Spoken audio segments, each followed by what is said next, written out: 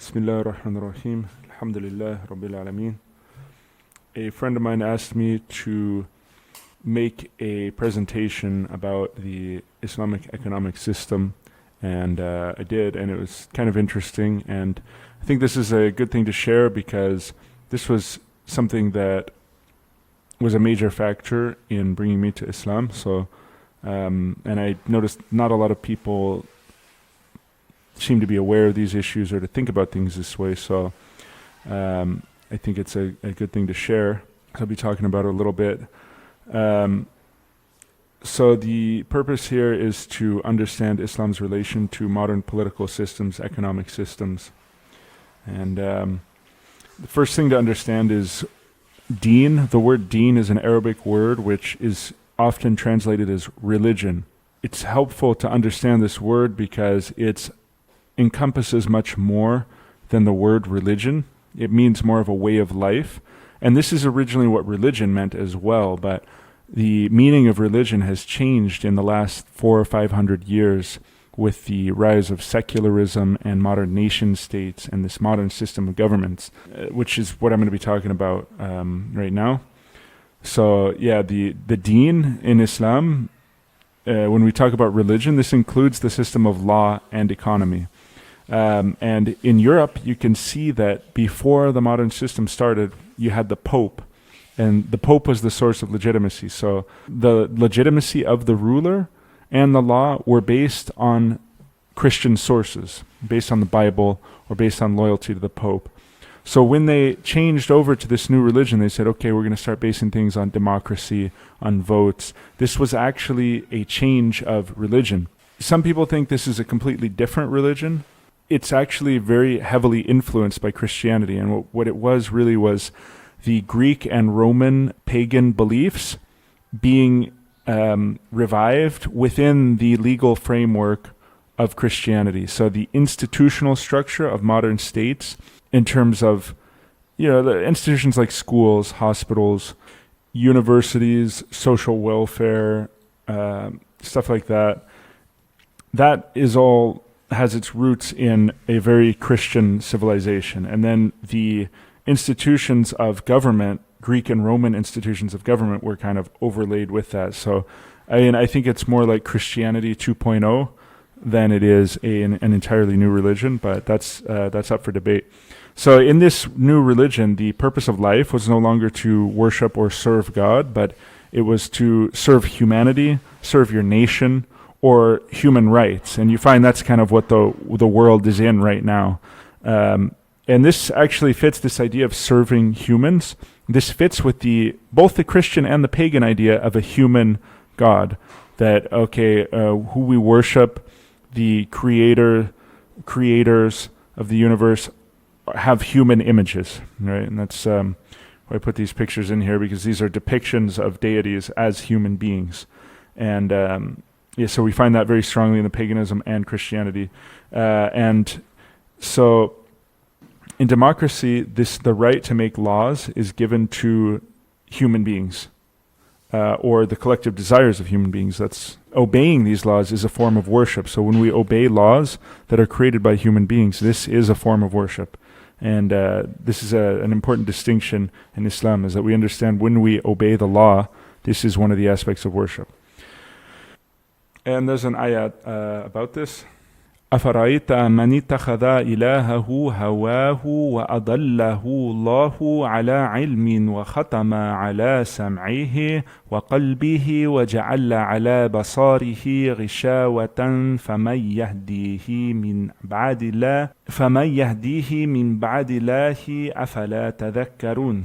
Have you seen he was taken as his God, his own desire, and Allah sent him astray due to knowledge, and has set a seal upon his hearing and his heart, and put over his vision a veil?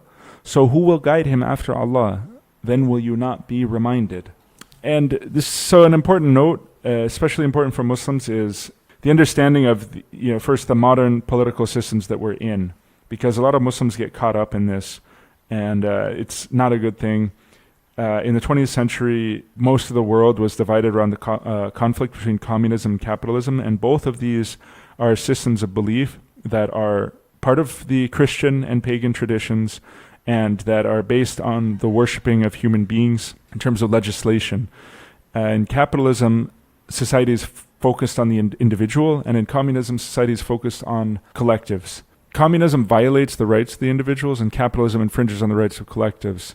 Communism, for example, by removing property rights, there's no private property. And capitalism, by, for example, through democracy, you have a majority that votes to take away the rights of a minority. An example of this is like the Jim Crow laws in the United States. And both of these systems, they remove God, Allah, as an organizing principle. In capitalism, they say, okay, we're going to take religion out of government completely. And in communism, they just say religion is a tool for oppression. The scale of violence that the conflict between these ideologies caused is enormous. It wasn't as bad as World War I and II, but overall the 20th century was the most violent century in human history. And the Cold War, this conflict between capitalism and communism caused a lot of this. Just this statistic, in the Vietnam War alone, the United States dropped 260 million cluster bombs on Laos, a fairly small country, which was 9 bombs for every man, woman, and child. So it's very important that Muslims try to stay out of these conflicts, especially in the United States, in the West, and even internationally. You see countries like Qatar getting involved in these political struggles, and a big waste of energy, really. Anyway, so what is the right economic system? So Islam has kind of a balance between both of these extremes. In Islam, private property rights are protected, but there are mechanisms for making sure that classes do not stay too static, so that there's, that people can elevate their status by working hard. Wealth tax is the basis of taxation, not income tax. It discourages hoarding, so it means that people who don't have any money don't pay taxes. The rich do pay taxes, but they can get out of taxes by investing, which of course creates jobs. So that means that only liquid forms of wealth like gold, whatever's in circulation as currency, like you're not going to pay taxes for infrastructure projects or starting businesses, things that generate economic activity. In income tax, by contrast, hard work is punished and success is punished. And people who are not productive but just hoard wealth are protected by the system. So that's one of the major distinctions. And in Islamic monetary system, money should have intrinsic value, which means the money should not just represent value, it should actually have value in itself. So the examples are like silver, grain, sheep, livestock. And another distinction between these modern systems of government and Islamic system of government is that Islamic government can work with low resources or high resources. Whereas modern government, you need a lot of wealth and you need a large peripheral slave class. For example, the Greek democracy, you had somewhere between 40 and 60% of the entire population were slaves. They had no political participation. And also, of course, women and children had no political participation. So the citizens was a fairly small amount. And having all those slaves gave them the free time, because they didn't have to work as much, gave them the free time to participate, to have political participation. And today you find kind of the same deal where you have slave countries instead of just slaves within a city. You have privileged nations that have enough money to be democracies, and then you have nations that do not have the resources to afford democracy. And in this modern system, your social mobility, so you can move up in the system, but that depends on how much you're willing to adopt. Either you can adopt the values of the dominant culture, or you can make economic contributions. So if you give large amounts of money to America, you can become a citizen for like $1 million. Or you can, you can work hard for America and really like live according to their deen, according to their way of life. And if you do that for enough years, then they will accept you as one of them. In Islam, it's not like in communism, they tried to destroy all classes and say, okay, we're going to destroy capitalist class, we're going to destroy, everyone's going to be equal. And Islam is not like that. In Islam, there can be classes. However, the divisions between these classes are more fluid, so there's more opportunity to move between them. And the example I put over here is the example of India, which is the classic example of a caste system where you have very, very fixed classes, which means, if you are a peasant, your children will be peasants. It's kind of like the feudal system is a little bit like that in Europe. If your father is a merchant, you're going to be a merchant. If you were clean toilets, then, your children are going to clean toilets too. And these type of systems lead to social tension and conflict, and you need some kind of mechanism to control, to limit that conflict. And reincarnation does that, because they say, okay, no, you're never gonna you're stuck in this situation, but that's because you were bad in your past life. And if you are good and you are a good servant and clean toilets very well, then you can reincarnate as a farmer, and then if you do really well at that, you can reincarnate as a businessman, and then eventually you could become like a king or a priest. Another system of dealing with that conflict is prison systems, and that's what America uses, because I guess people don't believe in reincarnation or whatever, but prison systems are expensive. That's one of the challenges. So in Islam, theoretically, social status, and this is not how it has practically been, but theoretically, social status depends on taqwa, which is fear of Allah. Social mobility, ideally, it's not always the case, but ideally should be on that basis, which means the leader should be selected as somebody who is both qualified and religious, who is capable of being a good leader and has good moral fiber. At times, and it's different than democracy in that you have this political system campaigning. The selection of leaders in the Islamic system is ideally, again, not practically, but ideally is based on qualifications. So you would have like a gathering of the influential people, and they would choose whoever they believe to be the most qualified to do the job well, who is religious, righteous person. At times, showing that you want to be in a position of leadership would disqualify you from being in a position of leadership. At least this was the methodology that some of the early Muslims used for appointing regional leaders or giving important jobs to people. You don't want somebody who seems to have excessive ambition, because it's a sign of character failing, the lust for power. Some of the institutions of the Islamic economic system are the Bayt al-Mal, which is like the treasury. This is where the zakat, which is the wealth tax, is collected. And there's specific categories that this wealth is supposed to go to, which are including the poor, the needy, the employees of the Bayt al-Mal, also to those who are new to Islam, to help acclimate them and make them comfortable as new Muslims, to support them, and of course to increase the bond between them and the Muslim community, because gifts or financial support creates a connection, a bond.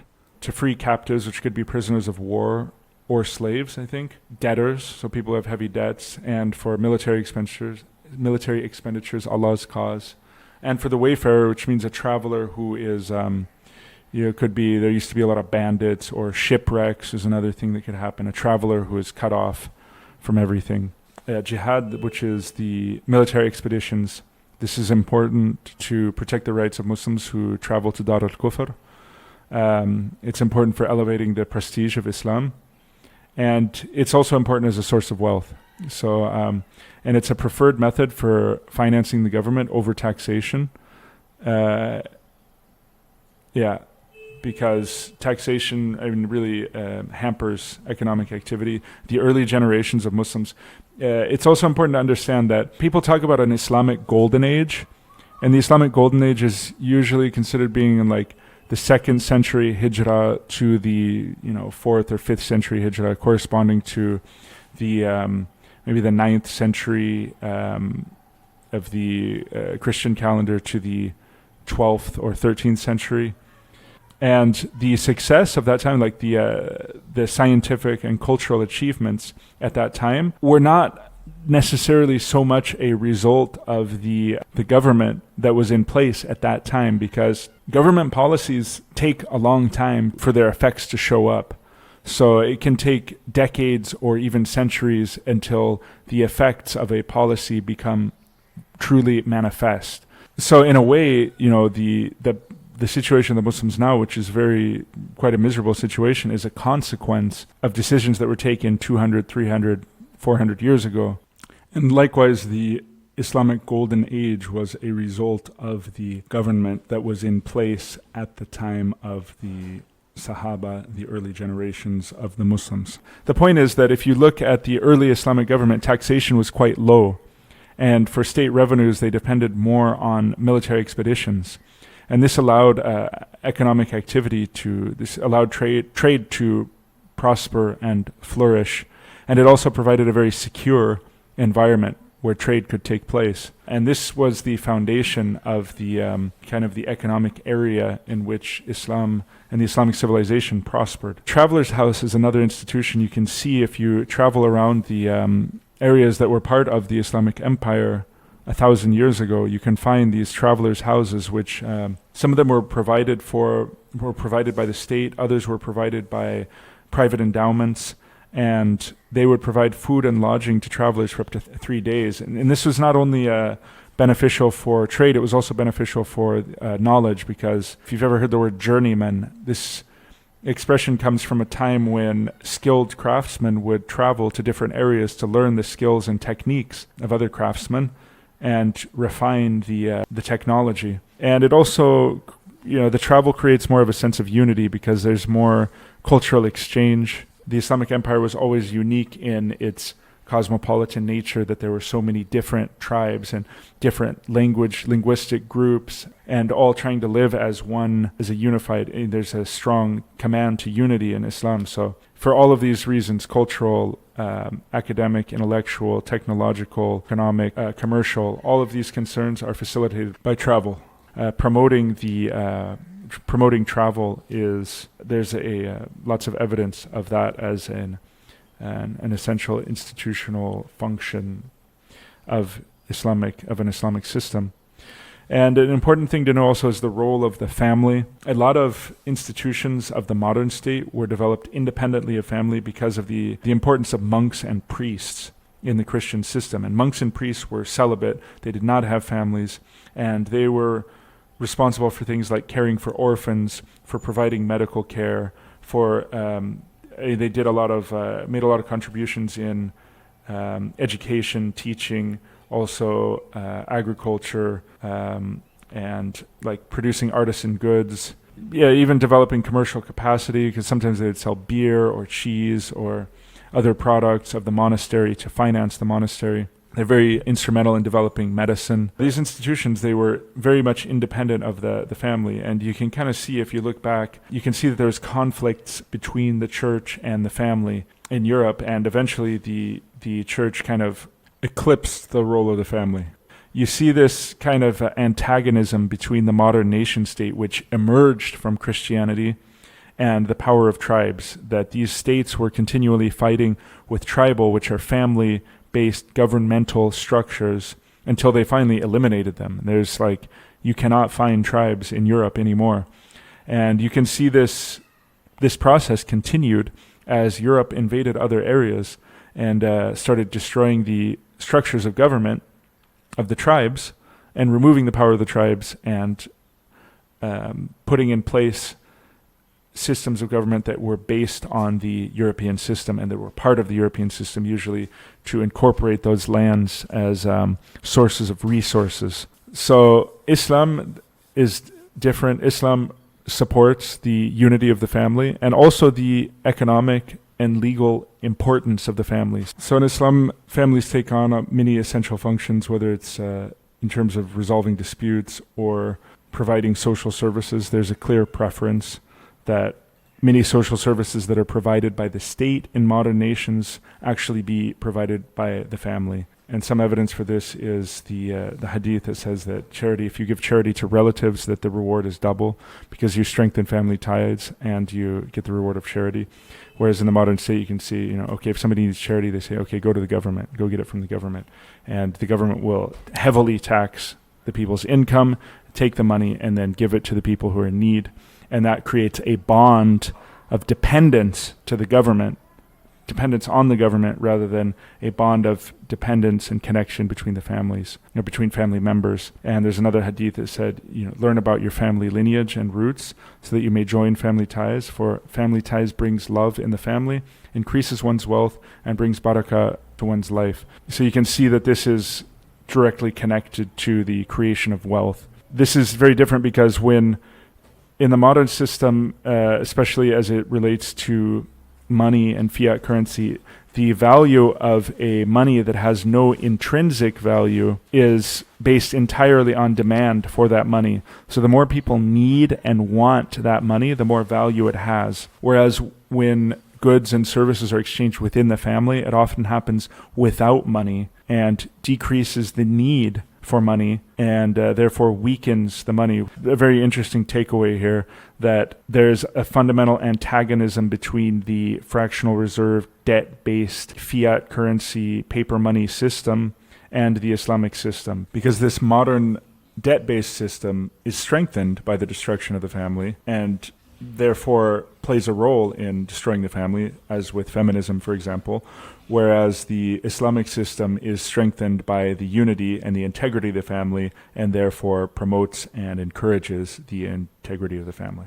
So that's all for now. Jazakumullah khair. Assalamu alaikum wa rahmatullahi wa barakatuh.